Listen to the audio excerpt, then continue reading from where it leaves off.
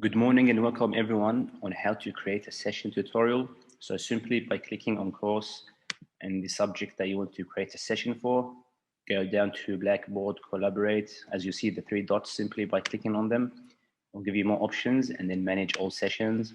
The next step is there's an option here says create session. Simply by clicking on it, it will allow you to do the event details. So for example, when the session starts, the date and the time, and when does it end, the date and time as well.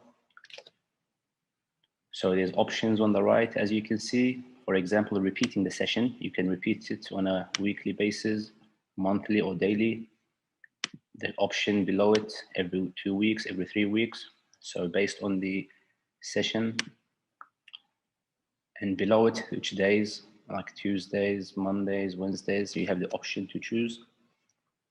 The option below it, end after occurs. This allows you to end the session when after the session. So let's say 10 minutes after the session, you can change it to 15, 20 based on the session.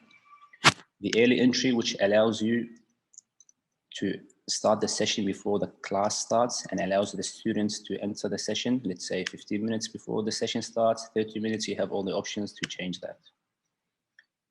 The session setting next to it will allow you to setting the attendance settings, for example, sharing an audio, sharing a video, participate in the chat, they can draw in the dashboard,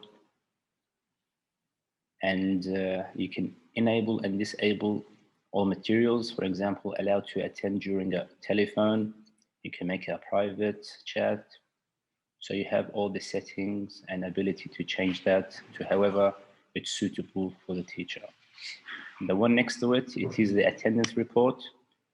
Simply by clicking the share attendance, you can change when is the late attendance or the absence. We can change the time about the late attendance, for example, from 5 minutes to 10 minutes. The absence starts, for example, 10 minutes after the session starts. And the one below it, requirement time sessions, you can change that from 50% for the student attendance to 40 depending on the session.